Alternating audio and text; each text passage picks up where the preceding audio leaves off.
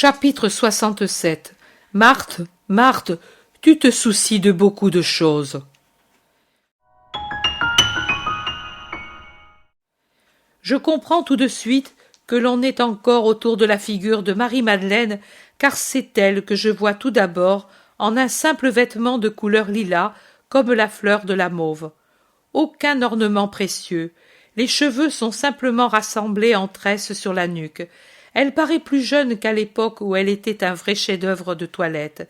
Elle n'a plus le regard effronté du temps où elle était la pécheresse, ni le regard humilié du moment où elle écoutait la parabole de la brebis perdue, ni celui honteux et mouillé de larmes du soir où elle était dans la salle du pharisien. Maintenant, elle a l'œil paisible, redevenu limpide comme celui d'un enfant, et où brille un sourire plein de paix. Elle est appuyée contre un arbre, à la limite de la propriété de Béthanie, et elle regarde vers le chemin. Elle attend, et puis elle pousse un cri de joie. Elle se tourne vers la maison, et puis elle crie très fort pour qu'on l'entende. Elle crie de sa voix splendide, veloutée et passionnée, unique. « Il arrive, Marthe! Ils nous l'ont bien dit, le rabbi est ici. » Et elle court pour ouvrir le lourd portail qui grince. Elle ne donne pas le temps au serviteur de le faire, et elle sort sur la route, les bras tendus comme un enfant qui va vers sa maman, et avec un cri de joie affectueuse, elle s'écrie « Ô mon Rabouni !» et elle se prosterne aux pieds de Jésus, qu'elle baise dans la poussière de la route. « Paix à toi, Marie, je viens me reposer sous ton toit. »« Ô mon maître !» répète Marie en levant son visage avec une expression de respect et d'amour qui dit tant de choses. Ses remerciements, ses bénédictions, ses joies et invitations à entrer et jubilation parce qu'il entre. Jésus lui a mis la main sur la tête et il semble encore l'absoudre. Marie se lève et à côté de Jésus, elle entre dans l'enceinte de la propriété. Pendant ce temps, les serviteurs et Marthe sont accourus. Les serviteurs avec des amphores et des coupes, Marthe avec son seul amour, mais il est si grand. Les apôtres échauffés boivent les rafraîchissements que les serviteurs leur servent. Ils voudraient les offrir tout d'abord à Jésus, mais Marthe les a devancés. Elle a pris une coupe de lait et l'a offerte à Jésus. Elle doit savoir que cela lui plaît beaucoup. Quand les disciples se sont désaltérés, Jésus leur dit « Allez prévenir les fidèles, ce soir je leur parlerai. » Les apôtres, sitôt hors du jardin, s'éparpillent en diverses directions. Jésus avance entre Marthe et Marie. « Viens, maître, dit Marthe, en attendant Lazare, restaure-toi et prends du repos. » Pendant qu'il pénètre dans une pièce fraîche qui donne sur le portique ombragé, Marie, qui s'était éloignée rapidement, revient avec un broc d'eau, suivi d'un serviteur qui porte un bassin. Mais c'est Marie qui veut laver les pieds de Jésus. Elle délace ses sandales poussiéreuses et les donne à un serviteur pour qu'il les rapporte nettoyées en même temps que son manteau, pour qu'il en secoue la poussière. Puis elle plonge les pieds dans l'eau que des aromates rendent légèrement roses, les essuie, les baise. Ensuite, elle change l'eau et en apporte de la propre pour les mains. Pendant qu'elle attend le serviteur avec les sandales, accroupie sur le tapis aux pieds de Jésus, elle les caresse, et avant de lui mettre les sandales, elle les baise encore en disant « Pieds saints, qui avez tant marché pour me chercher !» Marthe, plus pratique dans son amour, pense à ce qui est humainement utile et demande « Maître, qui viendra en plus de tes disciples ?» Et Jésus répond « Je ne sais pas encore au juste, mais tu peux préparer pour 5 autres, en plus des apôtres. » Marthe s'en va. Jésus sort dans le jardin ombragé et frais. Il a simplement son habit bleu foncé. Le manteau replié avec soin par Marie reste sur un banc de la pièce. Marie sort avec Jésus. Ils vont par des allées bien entretenues, entre des parterres de fleurs, jusqu'à un vivier qui semble un miroir tombé dans la verdure. L'eau très limpide est à peine remuée çà et là par le frétillement d'un poisson ou la pluie très fine du jet d'eau qui est au centre. Il y a des sièges près de la large vasque qui semble un petit lac d'où partent des petits canaux d'irrigation. Je crois même que l'un d'eux alimente le vivier et que les autres plus petits servent à l'écoulement pour l'irrigation. Jésus s'assoit sur un siège placé exactement sur le bord de la vasque. Marie s'assoit à ses pieds sur l'herbe verte et bien entretenue. Au début, il ne parle pas. Jésus jouit visiblement du silence et du repos dans la fraîcheur du jardin. Marie se délecte de le regarder.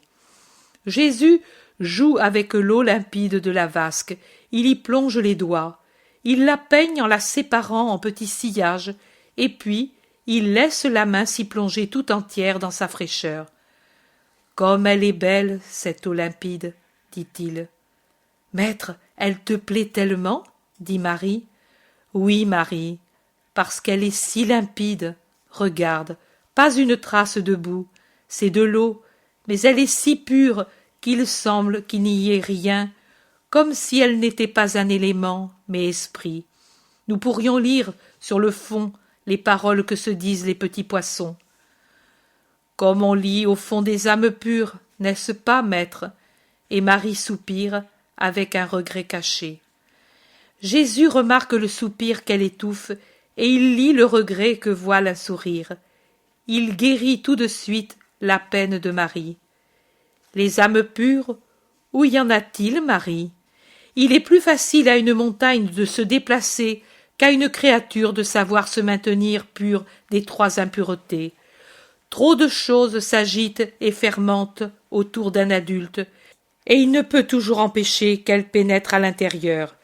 Il n'y a que les enfants qui ont l'âme angélique, l'âme préservée par leur innocence des connaissances qui peuvent se changer en fange. C'est pour cela que je les aime tant. Je vois en eux un reflet de la pureté infinie. Ce sont les seuls qui portent avec eux ce souvenir du ciel. Ma mère est la femme à l'âme d'enfant. Plus encore, elle est la femme à l'âme angélique. Telle Ève sortie des mains du Père. Imagines-tu, Marie, ce qu'aura été le premier lys fleuri dans le jardin terrestre? Ils sont si beaux aussi, ceux qui conduisent à cette eau. Mais le premier sorti des mains du Créateur, était-ce une fleur ou un diamant? Était-ce des pétales ou des feuilles d'argent très pures? Eh bien, ma mère est plus pure que ce premier lys qui a parfumé les vents, et son parfum de vierge inviolée emplit le ciel et la terre, et c'est derrière elle que marcheront ceux qui seront bons dans les siècles des siècles. Le paradis est lumière, parfum et harmonie. Mais si en lui le Père ne se délectait pas dans la contemplation de la toute belle qui fait de la terre un paradis, mais si le paradis devait dans l'avenir ne pas posséder le lys vivant dans lequel se trouvent les trois pistils de feu de la divine Trinité, lumière, parfum et harmonie, la joie du paradis serait amoindrie de moitié. La pureté de la mer sera la gemme du paradis, mais le paradis est sans limite. Que dirais-tu d'un roi qui n'aurait qu'une gemme dans son trésor, même si c'était la gemme par excellence? Quand j'aurai ouvert les portes du royaume des cieux, ne soupire pas, Marie, c'est pour cela que je suis venue. Beaucoup de justes et de petits entreront, troupes candides, derrière la pourpre du Rédempteur. Mais ce sera encore peu pour peupler les cieux de gemmes et former les citoyens de la Jérusalem éternelle. Et ensuite, lorsque la doctrine de vérité et de sanctification sera connue par les hommes, lorsque ma mort aura redonné la grâce aux hommes, comment les adultes pourraient-ils conquérir les cieux si la pauvre vie humaine est une fange continuelle qui rend impure? Alors donc, est-ce que mon paradis appartiendra aux seuls petits? Oh non, il faut savoir devenir des enfants, mais c'est aussi aux adultes qu'est ouvert le royaume. Comme des petits, voilà la pureté. Tu vois cette eau, elle paraît si limpide. Mais observe, il suffit qu'avec un jonc j'en remue le fond pour qu'elle se trouble. Des détritus et de la boue affleurent. Son cristal devient jaunâtre et personne n'en boirait plus. Mais si j'enlève le jonc, la paix revient et l'eau revient peu à peu à sa limpidité et à sa beauté. Le jonc, c'est le péché. Il en est ainsi des âmes. Le repentir, crois-le, est ce qui purifie les âmes. Marthe survient tout essoufflée.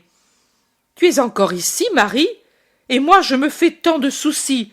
L'heure avance, les invités seront bientôt là, et il y a tant à faire. Les servantes sont au pain, les serviteurs découpent et font cuire les viandes, moi je prépare les nappes, les tables et les boissons, mais il y a encore les fruits à cueillir, et l'eau de menthe et de miel à préparer. » Marie écoute tant soit peu les lamentations de sa sœur. Avec un sourire bienheureux, elle continue de regarder Jésus sans bouger de place. Marthe réclame l'aide de Jésus. « Maître, regarde comme je suis échauffée. Te paraît-il juste que je sois seule à faire les préparatifs? Dis-lui, toi, de m'aider. » Marthe est vraiment fâchée.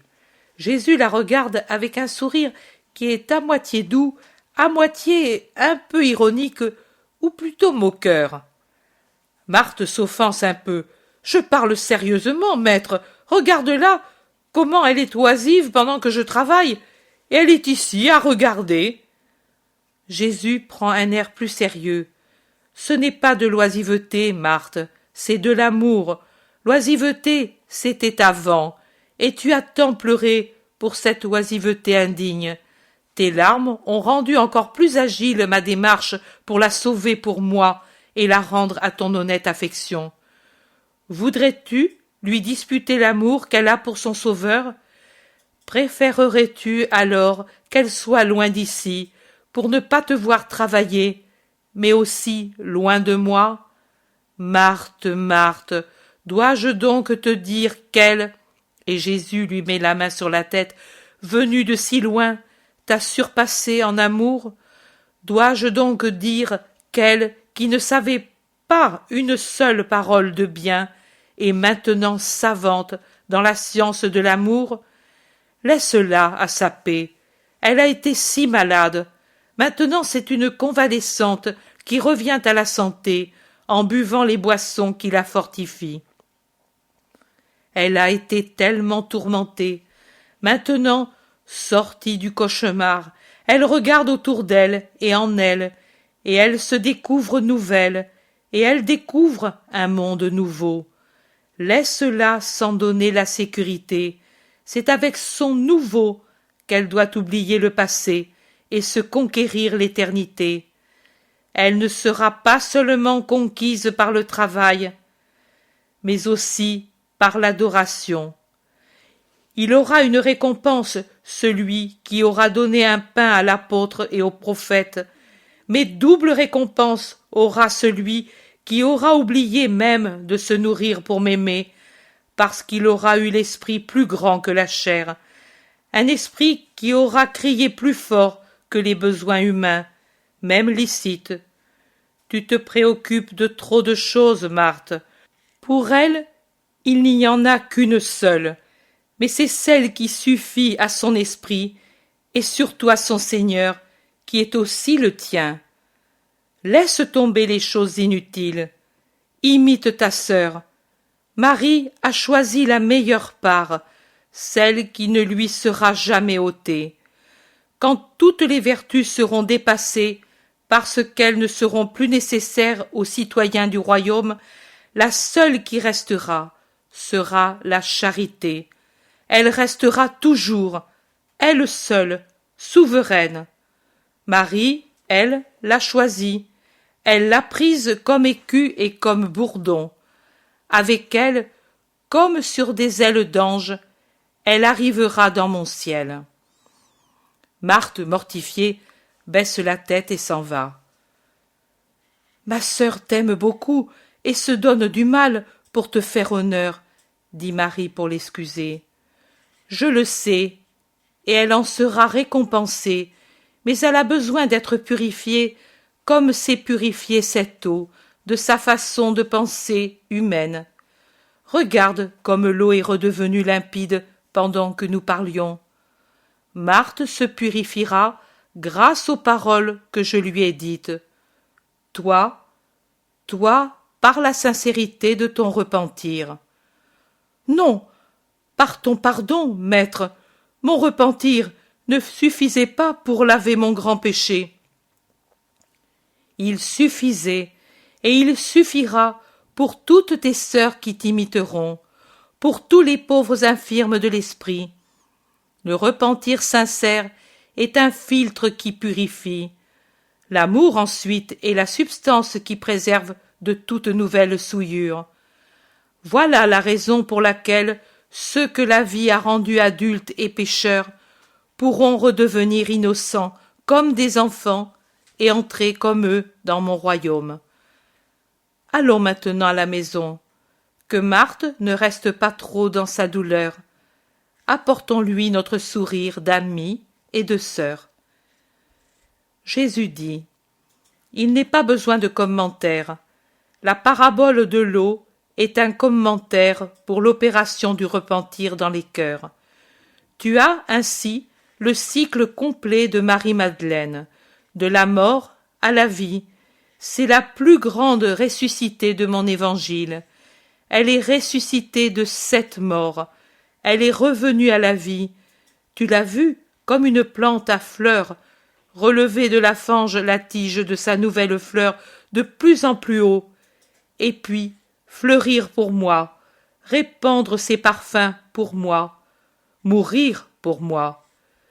Tu l'as vue, pécheresse, puis, assoiffée, s'approchant de la source, puis repentie, puis pardonnée, puis aimante, puis penchée avec pitié sur le corps inerte de son Seigneur, puis servante de la mère qu'elle aime parce que c'est ma mère, enfin pénitente sur le seuil de son paradis. Âme qui craignez, apprenez à ne pas craindre de moi en lisant la vie de Marie de Magdala. Âme qui aimez, apprenez d'elle à aimer avec une séraphique ardeur. Âme qui avez erré, apprenez d'elle la science qui prépare au ciel. Je vous bénis tous pour vous aider à vous élever. Va en paix.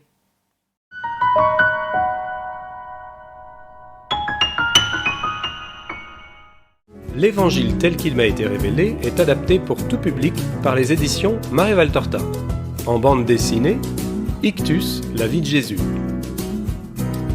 Découvre la vie de Jésus pour les 4-7 ans.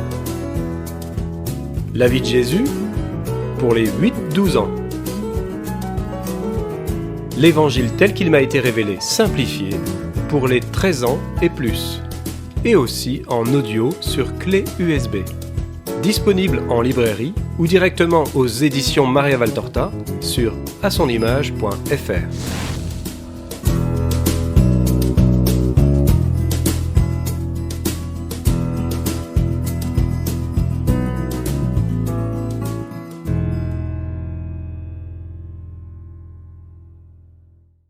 L'intérêt pour les écrits de Marie-Val Torta ne cesse de grandir.